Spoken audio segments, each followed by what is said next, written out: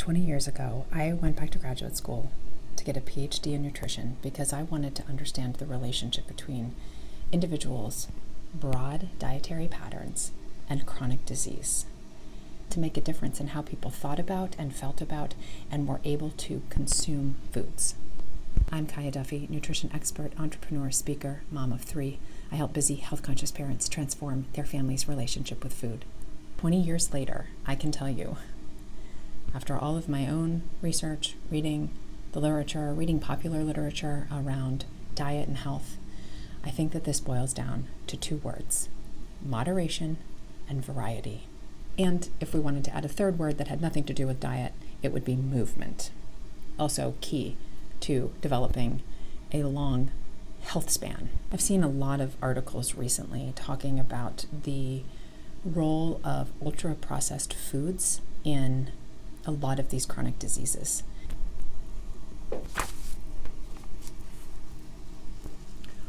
Ultra-processed food intake and body mass change among youths, a prospective cohort study.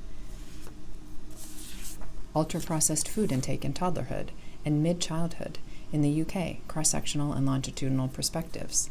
And those aren't even scary headlines, but the implication of all of this is that these foods are bad. They are bad for you, they are bad for your kids, and they are all anybody is consuming. We have known for a while that ultra-processed foods are designed specifically and in a way that light up the reward centers in our brain. It makes sense. They are filled with sugar and salt and fat, and these things taste good to us. And evolutionarily, we wanted to find them and consume them because they helped us survive, procreate, pass on our genes. Now, those foods are ubiquitous. They are everywhere, and they are palatable, and they are cheap. So it's understandable that we would want to understand the role that food processing plays in health. Something equally important to consider, however, is that these markers of food processing, most commonly used is something called the NOVA score, which is a classification or a categorization in 4 levels that describes how processed, how heavily processed or unprocessed a food may be, with something like a whole food being a level 1, an apple, completely unprocessed, you pick it from the tree, you eat it, level 1. Up to a level 4, which includes industrially manufactured food products made up of several ingredients or formulations of ingredients and include sugar, oils, fat, and salt, or food substances of no or rare culinary use, things like high fructose corn syrup.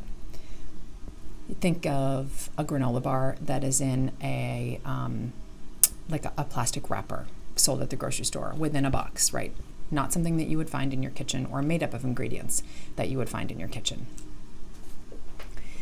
The problem with these ultra-processed or processed categorizations, classifications, is that they are not connected to the healthfulness of any particular food or a particular diet or a menu. In fact, there have been a number of studies that have addressed this very issue. In one study I found, titled "Using Less Processed Foods to Mimic a Standard American Diet Does Not Improve Nutrient Value and May Result in Shorter Lifespan and Higher Financial Cost."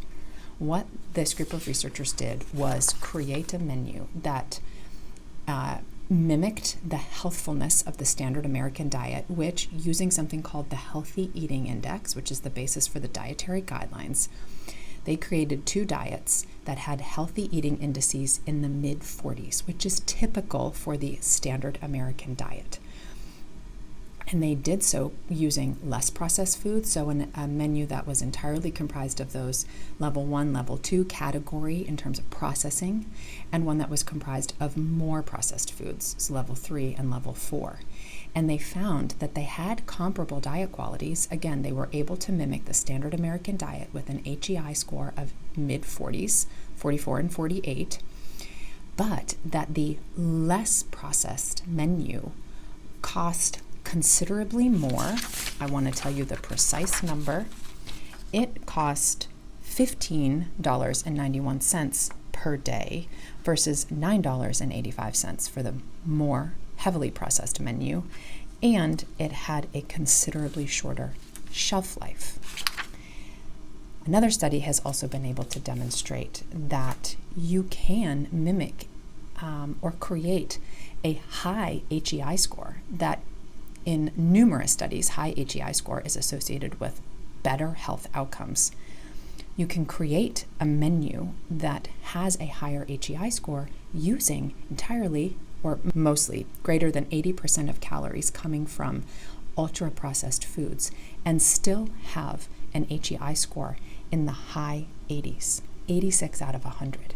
So what this suggests is that, again, something like an ultra-processed or processed food classification or categorization does not help us really understand anything about the individual healthfulness of a food or of a menu.